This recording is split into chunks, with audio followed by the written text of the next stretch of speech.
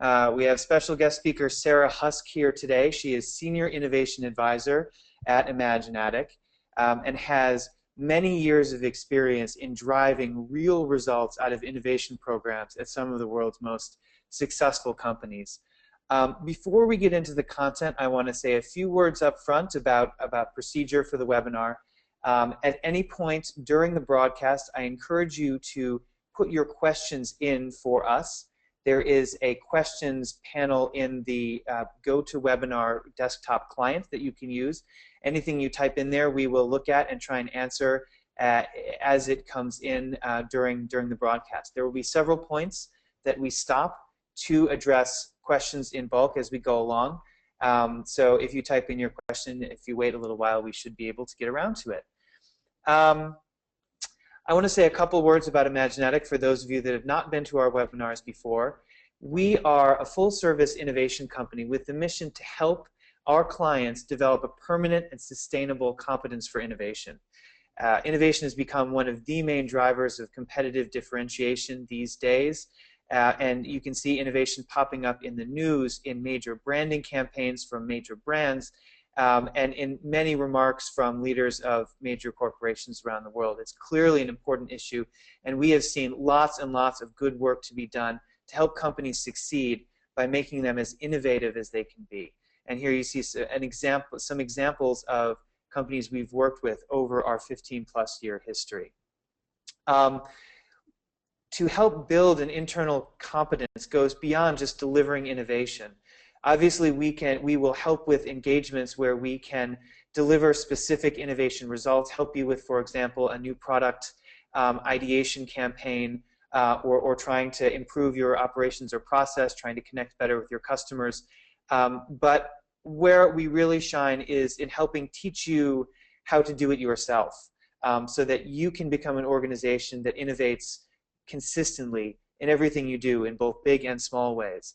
And we do that both through our cutting-edge advisory and consulting expertise, which is born out of our decades of experience in the field, as well as our award-winning software platform, which is now on version 11 and has been through a lot of changes to make it as hand-in-glove with real-world innovation process as possible, going all the way from the very fuzzy front end to the downstream of the back end of innovation in showing and demonstrating and measuring results from your ideas and innovations.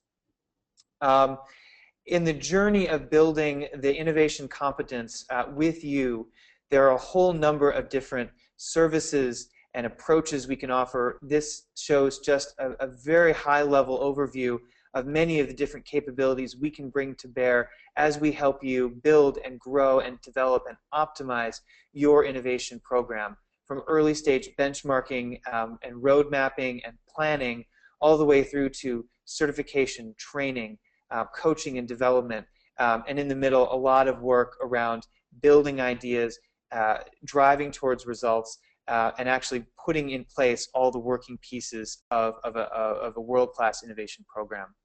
If you want to hear more about this, I definitely encourage you to reach out to us. Our contact information will be at the end of the presentation. You can see it here as well. And with that, I'm going to turn it over to Sara, who has been with Imaginatik for a number of years, has also worked in the field as an innovation manager herself. And she is going to talk about a major subject of great importance, which is, what do you do with ideas to make them real? How do you incorporate innovation, which is often a very separate concept from the main business as usual daily operations of your company? How do you connect innovation into that rhythm so that it returns real benefits for your organization in practice? And with that, I'd like to introduce Sara Husk. Sara, it's all yours. All right, thank you so much, Chris, and thank you everyone for taking your time today to be with us. And give me just 1 second and I will share my screen with you. Okay, and Chris, can you see that? I can. Okay, great. Great, so thank you again for being here. And one of the things that we'll be doing throughout this presentation is I'm going to ask you a series of questions, and I'd like you to just take some time and reflect on where your company truly is today. So let's get started. So imagine this. You have been presented with the tools and the know-how that will transform not just your company, but entire national economies. But it requires a change in the way you think about things. So you say, no thanks. You know what? We really don't need that here. It's pretty amazing to think about that. It's hard to understand why we would even do that. But as we know, that's exactly what happened to Deming when he started the quality movement. So surprisingly, or maybe not, we've really been seeing this, you know what, we really don't need it here in regards to sustainable innovation. The reason I like this story is it always reminds me, you know what, do I need to pause and reflect and drop my own internal filters? Maybe listen to this a little bit more closely. Why am I trying to fit this process for my purpose? I wonder if I should be re-examining my purpose. And as you know, although Deming did offer his expertise and insights to the U.S. companies first, ultimately he was turned down and went to Japan to practice his life's work, work that transformed the way the Japanese worked in their economy at the same time. And you know, at Imaginatik, we believe the world is on the threshold of another large-scale business transformation, really a transformation towards enterprise-level innovation and collaborative problem solving. So today we're going to invite you to get real around your innovation program as we share with you the concepts and tools that support you once you do say, yes, we do need that here. So let's start with some of the recent trends that we're seeing.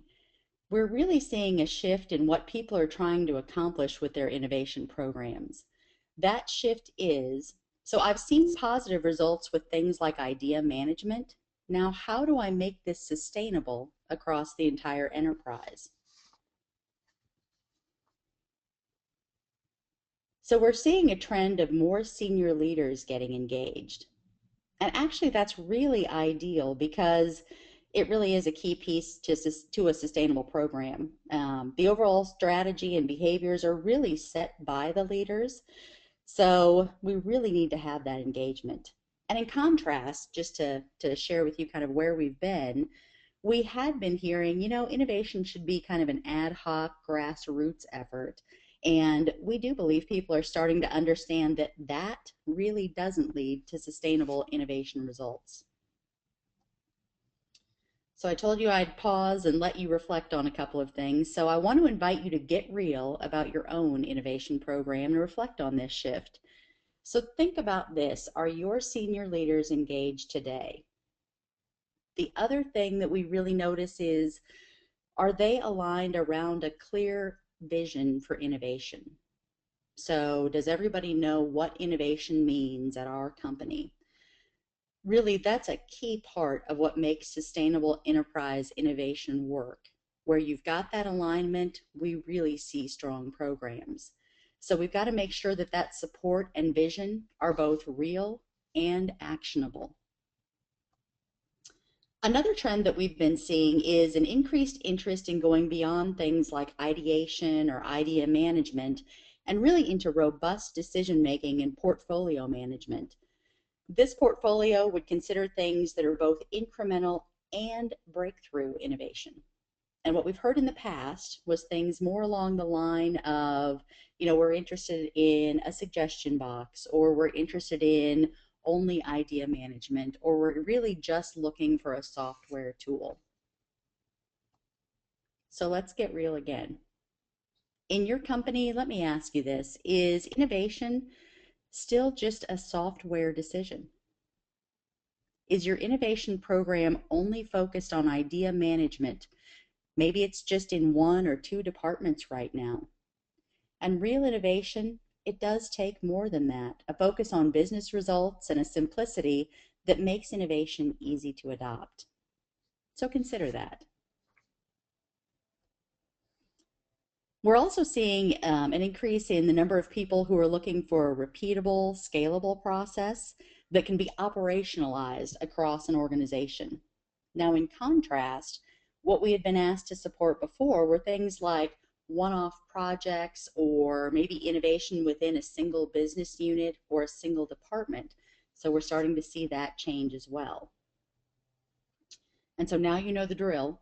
I'm inviting you to get real again. So, in your organization, do you have a process for sustainable, repeatable innovation?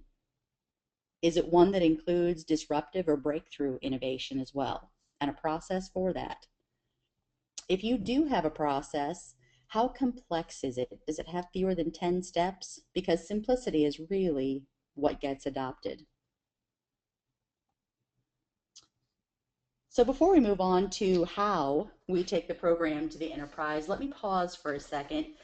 Chris, do we have any questions that have come in so far? Sarah, we do have a few questions. So there's some interest around the trend towards senior leaders getting more directly involved in innovation. There's a couple questions here on this. Let me start with one that's pretty straightforward. Um, how how have they gone about becoming more involved? In other words, has this been something where senior leaders, by and large, have proactively dived into innovation, or have they been sort of brought to the table out of necessity? Oh, that's a great question. Thank you for asking that. It's really a combination of the two. So I think that in one scenario, what we're seeing are, those innovation heroes that have been really slogging it out and making this work in their own organization are understanding, what, it's great in my department or my area, but in order to take this out to the enterprise, I've really got to get more support. And so they're really doing a nice job of internally going and getting more support. So we're seeing some of that. The other thing is we are seeing more and more senior leaders saying, we really need sustainable, measurable results. We're also seeing, and we'll talk about this in just a little bit, kind of an increase in the number of companies with chief innovation officers. So that's also driving some of that. Okay, okay, very interesting.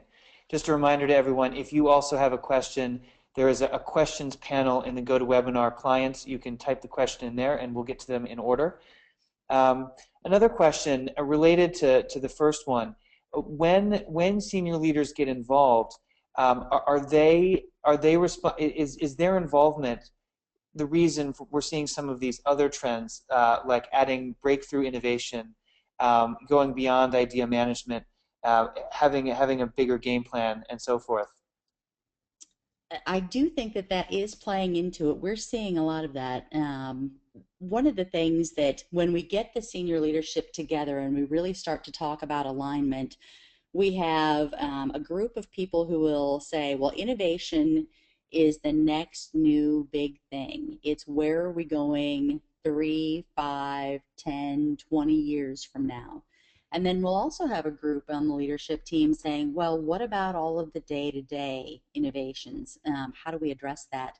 So the beauty of that is it seems like those are both coming together, and that is part of what makes this sustainable. If we pay attention to and have a process for something that addresses both those day-to-day innovations and something that takes us into the next, into the next 10 years. So great question. Thank you. Okay, excellent. And one more for this session here. Um, on the subject of breakthrough innovation, someone's essentially worried that they don't have a breakthrough process, and may not even really know what breakthrough innovation stands for as distinct from something else. Is that a problem? Should they be worried? I think so. And I think that the reason that you should be concerned about that is really uh, innovation can really take your strategy to new places, and your strategy can really take innovation to new places. You've really got to consider what's going on, 5, 10, 15 years from now, if you want to be a market leader. So I do think you need to be concerned about having some type of breakthrough process. And I think you also need to talk about what is breakthrough. When we think about that, we're thinking about how do we come up with things that are new to the world? Everybody always goes back to the iPod, that was breakthrough, or how iTunes works, that was breakthrough. So that, to use an old example, that's really what we're talking about. And believe it or not, there's a process that can get you to that point. And it involves, as you would imagine, a lot more discovery and a lot more creative tools and techniques.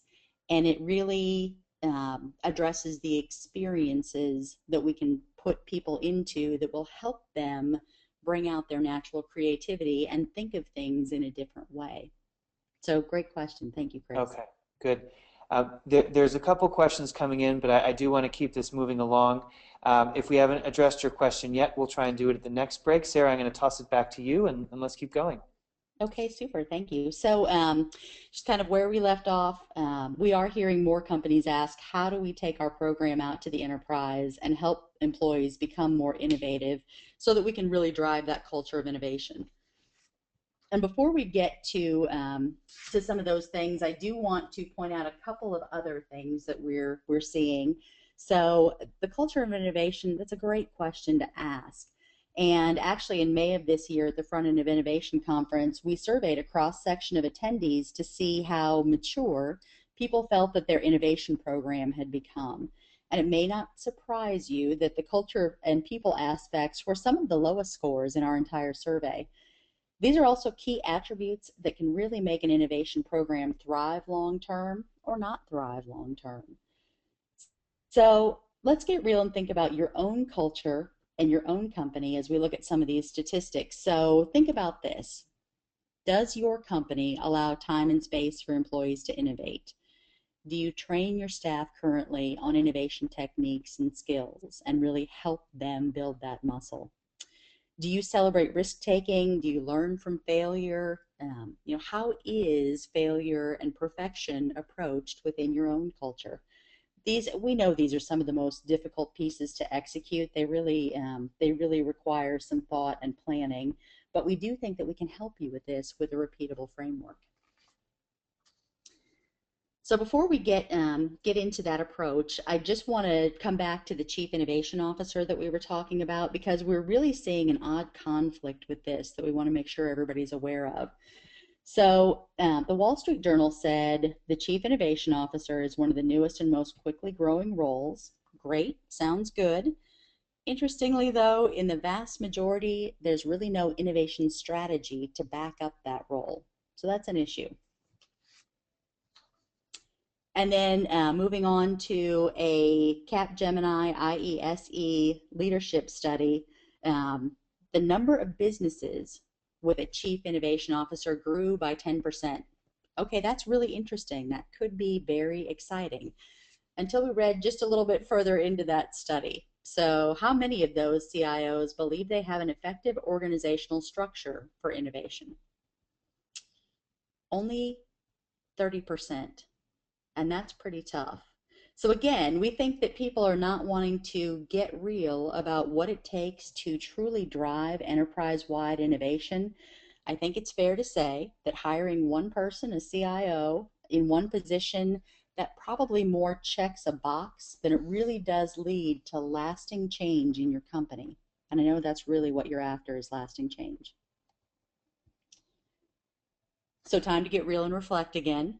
So think about this. In your own company, what resources, so what people, what money, have you and your company committed to innovation?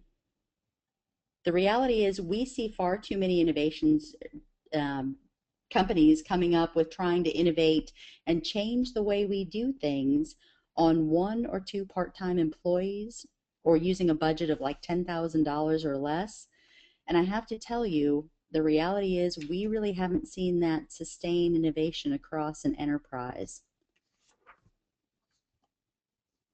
So let's just quickly run through the 5 conclusions of that study and close this out and move on to our next thing.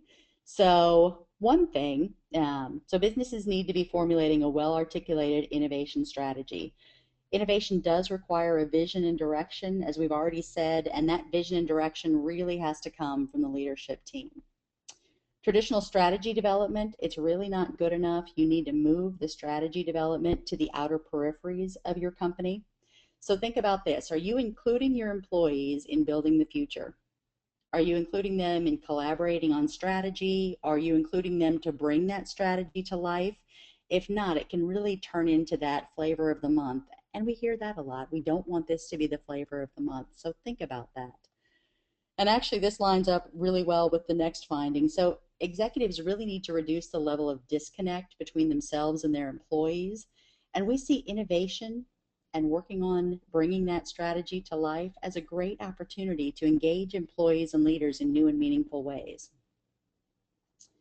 We're also seeing, as we mentioned, the limited organizational design for innovation. It's really impairing growth at large organizations. And again, this is the organization of one CIO certainly won't move it.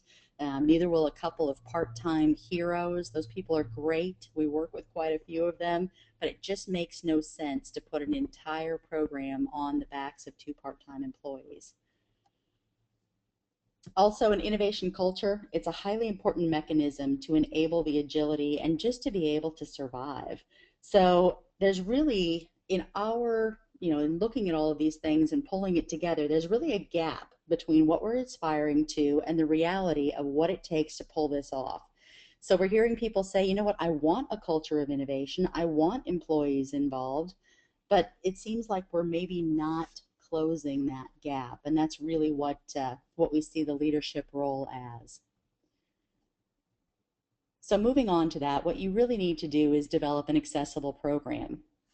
And I really want to bring this home because what you need, and we think this is so exciting because it really hits the sweet spot of large corporations. What you need is a well-developed, widely understood, easily accessible program, a program that's measurable, consistent, and routine. What's also really exciting is you've done this before.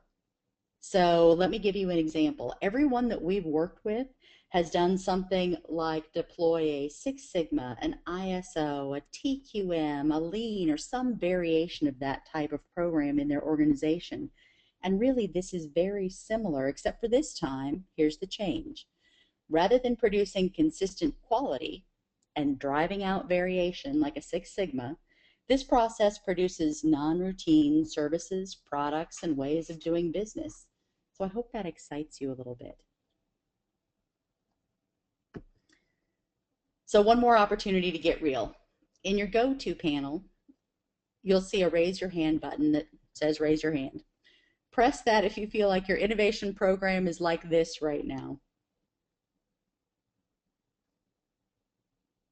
And Brian, do we have a lot of hands? We do. They're coming in pretty fast. Okay, all right. So let's get out of this mode because we've all been in this together. Let's build a sustainable program. So here are the things that you need to really consider for holistic innovation. We really believe that a sustainable, repeatable process has to be represented by 3 spaces of innovation. For each of these spaces, you need a strategy and a way to practice these skills. So a process that allows people to practice those skills. And you really need to be deliberate and on purpose with a goal in mind for each of these spaces. So just quickly, the mind space is where I'm engaged. That's where my beliefs, attitudes, and assumptions turn into concrete actions and behaviors on behalf of the company. When I'm talking about the physical space, this is where we bump and connect, where serendipity and relationships meet. And then the virtual space is really I need speed and global reach, so I'm going online. And if we can do this and bring all these spaces together, it's a really huge boost for the foundation of innovation at your company. And just to go a little bit further with these, so the mind space, when we're talking about that, really the leaders have just huge influence over everyone's mind space in the company. And if I haven't convinced you and you don't think so, have you ever heard, management will never let us do that here. Oh, we can't do that here. Oh, we'll never get the buy-in, the funding, the resources, whatever it is, for something that's that radical. As an employee, think about this. Why would I hold that belief? It's really because that's how we do things around here. We don't do things that are radical. And I've been indoctrinated to the way that we do things around here. And think about who sets that pace. It's really the leaders that set that pace. If you really want to influence the mind space, you need to start with clearly understanding and articulating what is an engaged workforce here at our company. You also need to clearly understand and articulate what beliefs and attitudes are encouraged to reflect innovation, as innovation is the way we do things here. And if you value innovation, your employees will also value innovation. And that is an action, valuing innovation, by the way. If you don't act on my ideas and feedback, then really what you're telling me is it's not important and that you really don't value things that are new and different. And you know what? If you give me the 50 reasons why my idea won't work, you know what? I too can recite the 50 reasons why it won't work. And because I'm so good and an overachiever, I can even add a few ideas of my own on the 50 reasons why it won't work. So think about that. What is the mind space in your company like right now? And here, really our chief innovation officer, and you know, it could be someone here on this picture because this represents a portion of our Twitter followers. But here's where the chief innovation officer can really help our leaders in the corporation get real and act as coach. They can really bring in coaching for all leaders at all levels. Our CIO can really lead the discussion on what should engaged employees look like at our company. How would our environment be different? How would it be better? How will we know when we're having an impact? What is it that we're going to measure? And they can also artfully redirect the leadership team when the team lacks clarity around innovation or doesn't really walk the talk.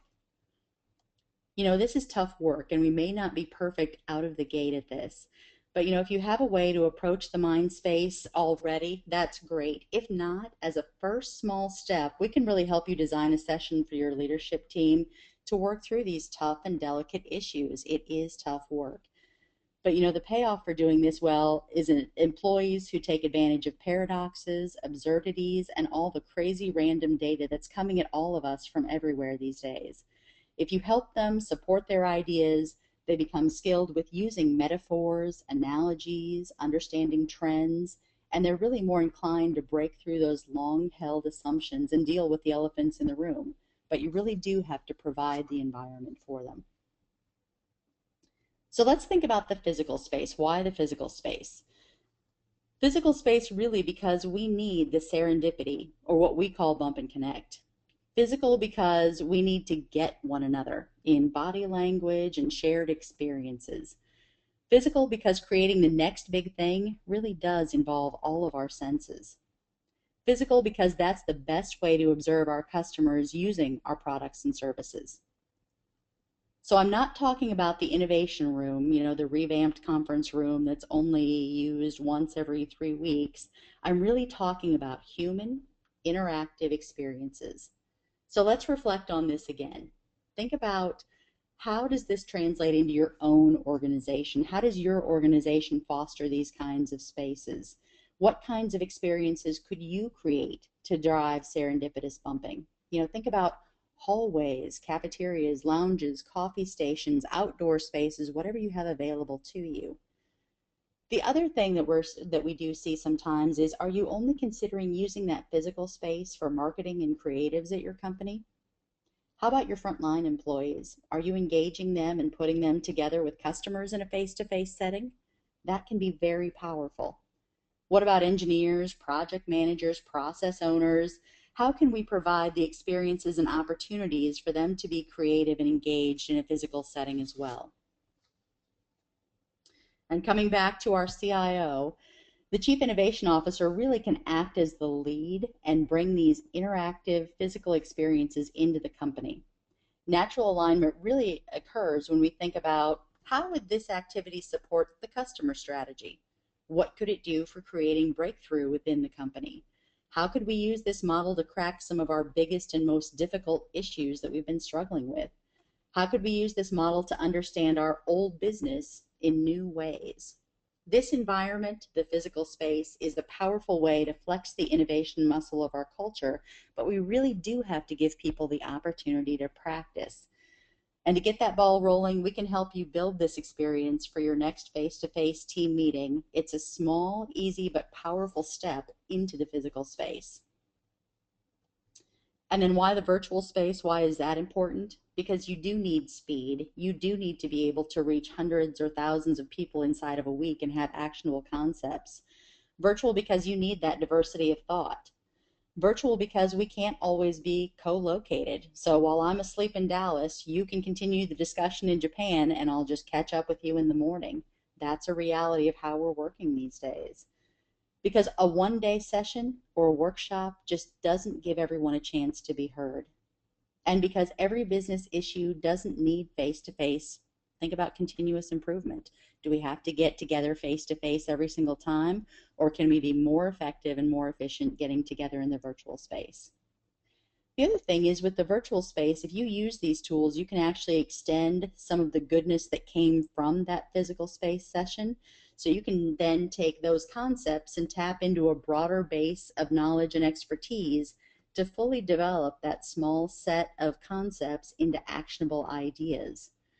And virtual because I can have frequent touch points with people where I can actively support new ideas and positively influence that mind space on a regular and consistent basis.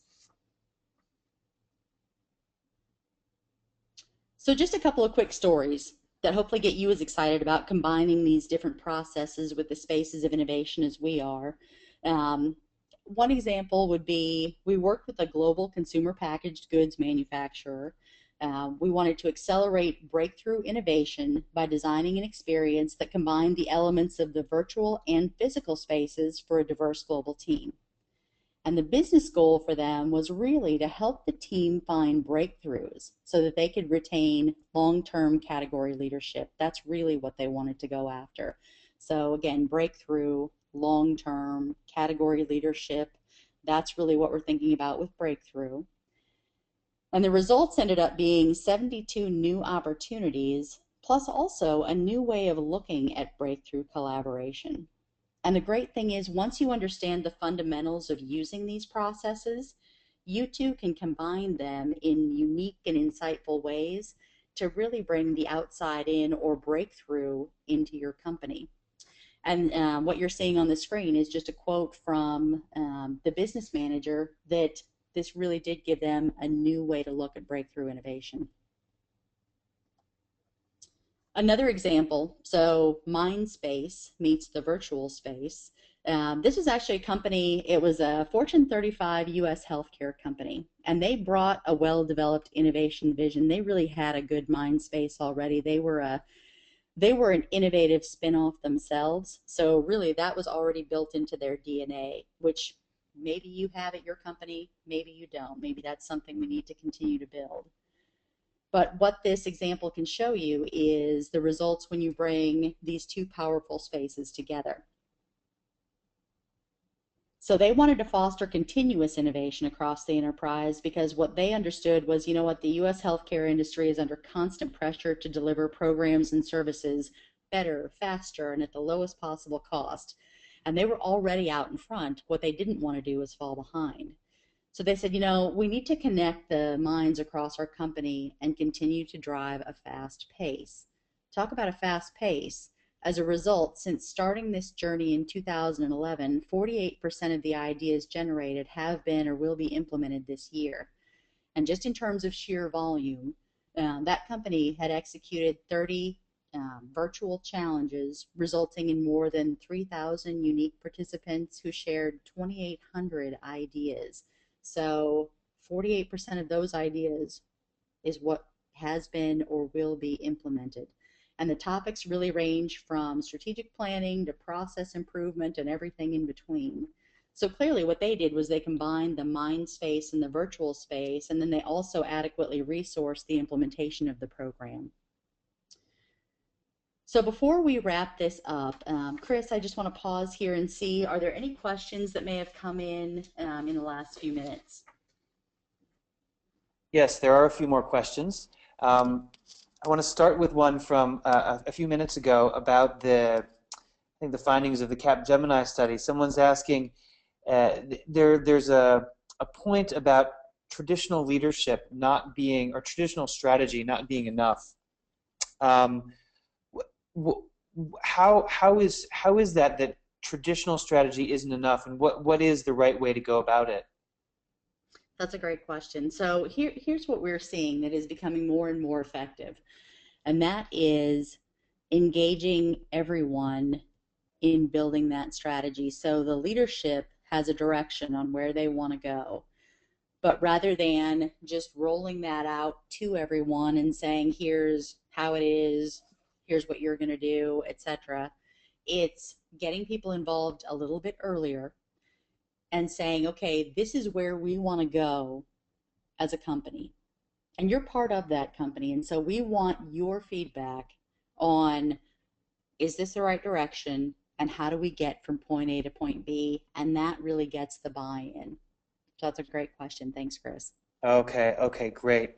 Um, there's someone on the webinar today, Sarah, that is new. So their title is not actually Chief Innovation Officer, but essentially they feel like this is their role. Um, it, it, and with these three spaces, where would you suggest they start? That's perfect. So all of the processes that we're talking about really start with alignment. So that's really the first thing that you've got to do is where are we going with innovation at our company? What needs to be included? And then we can build in the steps from there.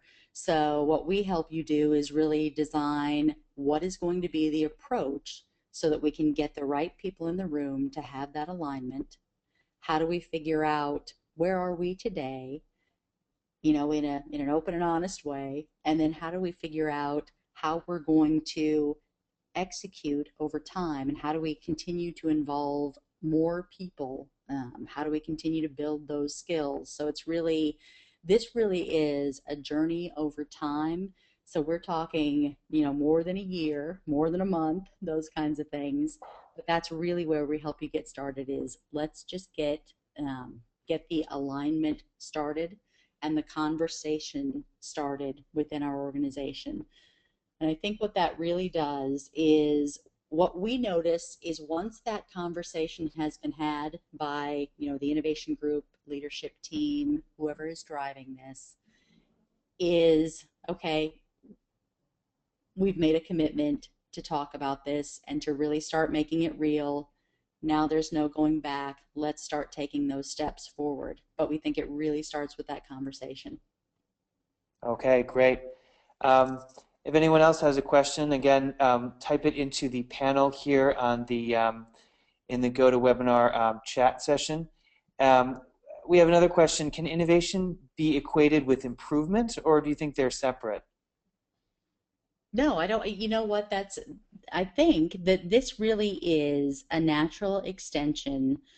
Incremental innovation is a natural extension of improvements. I think there's a great interconnectedness there, because really what you're trying to do is not just drive out, the defects and those types of things, but you also want to get people engaged in, okay, what aren't we doing that we should be doing?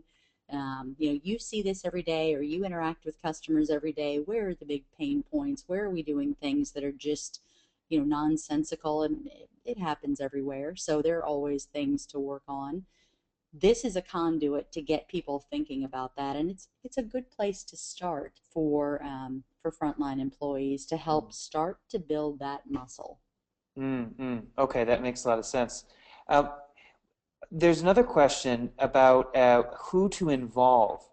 So is it better to begin with a select group of highly innovative people, uh, or do you go more widely at first? In other words, how carefully do you choose which people to involve? Well, I think in the alignment piece, you're pretty careful about who you're choosing to involve, meaning who really owns the business results of innovation at your organization. That's who should be involved, because those are going to be your key influencers. And then you've also got to think about, beyond that group, who's the next group out? So who is going to help or hinder innovation as it grows, who do we need to get on board right up front? You know, that's probably the biggest piece to start with.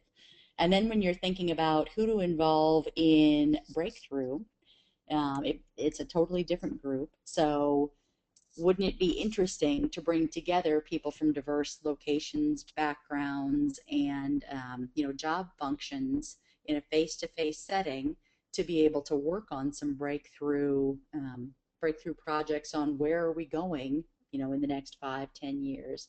And you've also got to include the people who are going to be involved owning those business results as well. They're going to be carrying that through.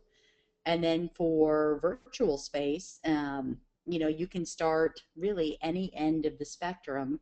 I think what we think about most is, so where are you in the journey? Are you just starting out? Is this your first foray into virtual space? And if it is, maybe we start small and we learn something, and then we go out to a larger group. So I think that's kind of a kind of a long answer, Chris, but I think you've got to consider where are you, and what is it that you're wanting to accomplish in that particular project or piece that you're working on. Okay, yeah, that's really a really great comment, Sarah. Thank you. Mm-hmm. The questions are really flowing in. I'm going to try and get to one or two more, and we'll follow up with the rest later. There's actually two related questions about having too many ideas and what to do about that. What's the right way to essentially go from a huge number of ideas down to those few you really want? Oh, that's a great, yeah, that is a good question. So one of the things that it really kind of speaks to why that alignment piece is so important, not just for your organization, but for everything you undertake. So the first question we ask ourselves is, what specifically is the opportunity, or what specifically is, the issue that's facing us? And because we have found that what people will start out with is something that's very broad. So give me all of your product ideas, for example, and you get this huge flood of things. But what you really know is, that you're looking for something that is executable within a certain amount of time, or that you're looking for something that is of a certain size or scope. Um, so one of the things that we really help people do is narrow that down up front, so that you're not dealing with these scads and scads of ideas. So that alignment piece, I just can't say that enough. I know I'm beating that dead horse, but I just can't say that enough. That is a huge part of how we drive that whole process. Okay, sure, sure. Okay, one more question I really want to get to now, regarding the Chief Innovation Officer. Does this need to be someone inside the company, a veteran, or can it be someone from outside? Oh, that's a really good question. I think that what we find is, if it can be somebody within the company, that's ideal. And the reason for that is, really, if you think about this, at its heart, innovation is a change effort. And you need somebody that is able to, traverse that landscape, somebody who's well respected, works well with all different levels of employees, can influence the people who are leading the company, and can also influence middle management and the frontline employees. So that really takes somebody who has been within the company for quite some time, we think. Okay. All right, there are a few more, but in the interest of time, let's keep going. I think we will have a way for this discussion to continue after the webinar. We'll make an announcement about that at the end. For now, Sarah, why don't I toss it back to you and keep going? Okay, sure. All right. So just to wrap things up, here are some key takeaways for you to consider. So what we've learned in our experience really is that repeatable, sustainable innovation, you really have to have a strategy, process, resources, metrics, and organizational structure that are all aligned together. We also understand that you really need to do the work and practice innovation in the mind space, the physical space, and the virtual space. And to keep innovation real, you really do need a real strategy that comes to life, and get your employees involved in bringing that to life. They've got to have real opportunities to practice processes, and you've got to employ processes that people live. It's just the way that we work and the way that we embrace things here. So what you can really do is you can start by reflecting on where are you at today, and these are just a summary of some of the questions we've been asking you today. So at a high level, do we have alignment? Do we have resources? Do we have a process? That's a really good place to start. And then finally, just to close things out, let's come back to our friend Deming. He famously introduced 14 points for managers.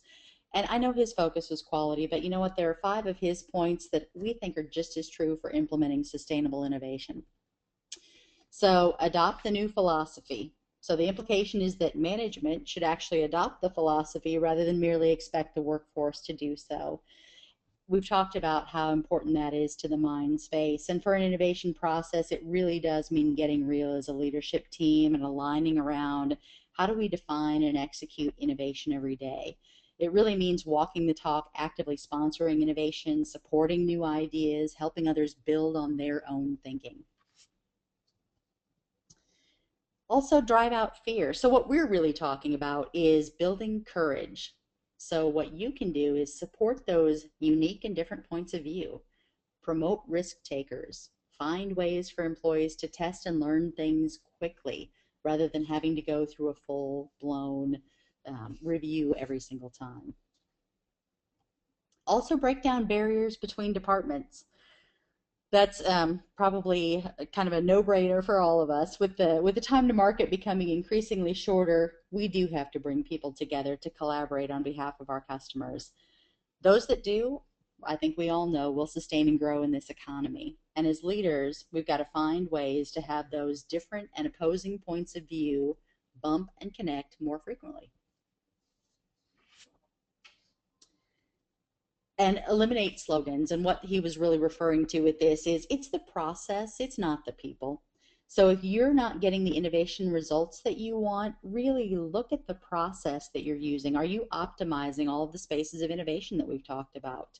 Do you have the resources? Do you have the alignment? How much practice are your employees getting? You know what? Find a few quick wins, celebrate those, and that really helps create pull and organic growth for your program.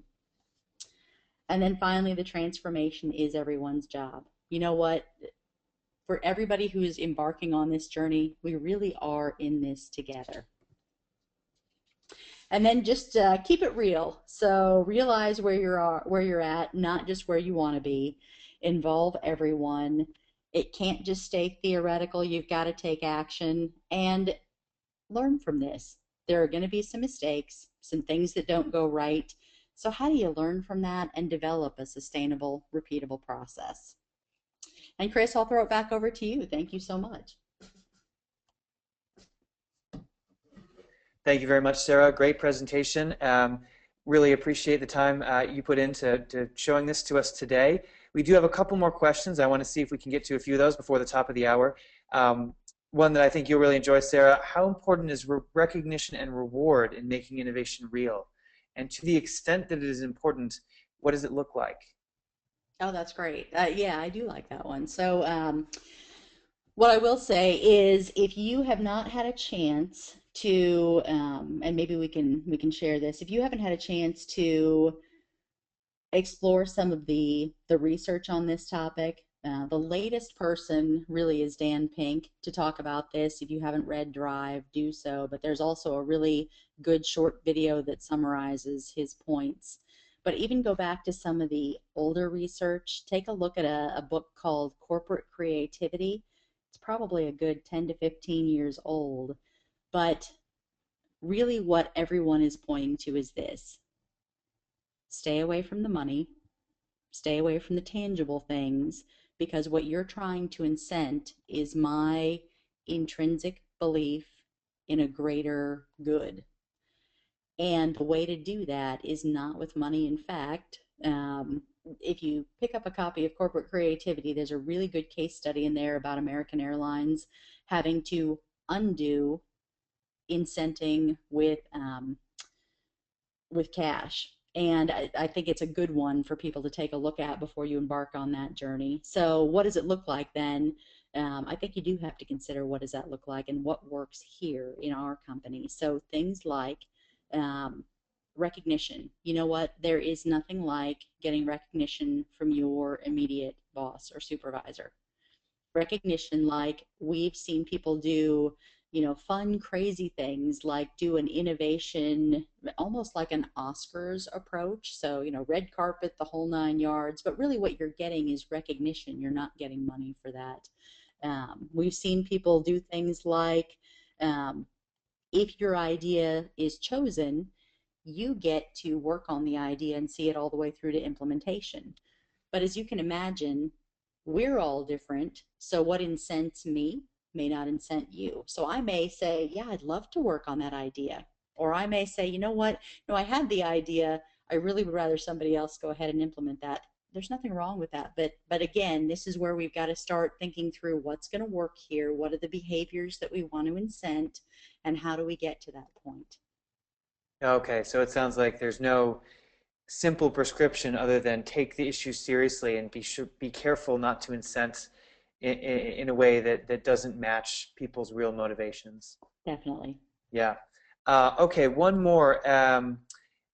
Another one I think you'll really like. How do you engage the early adopters inside an organization? What does that look like? Every organization has some of those folks, and you probably know who they are. That is a really good question. So, how can you engage some of those early adopters? Can it be where what's the most appropriate place for those folks? Are we talking about early adopters who are frontline employees? Are we talking about early adopters at a leadership level?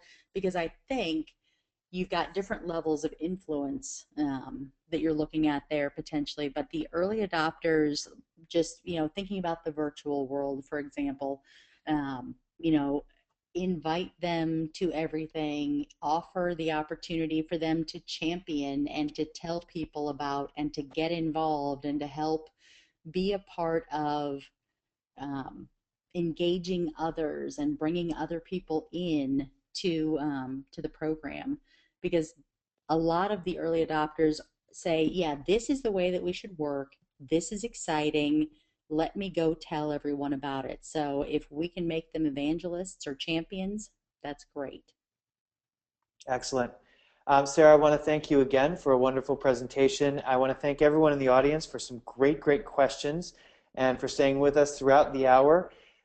We will, by the end of this week, send you all an email with a link to downloading both the presentation and the video from today's broadcast. And we'll also be setting up an online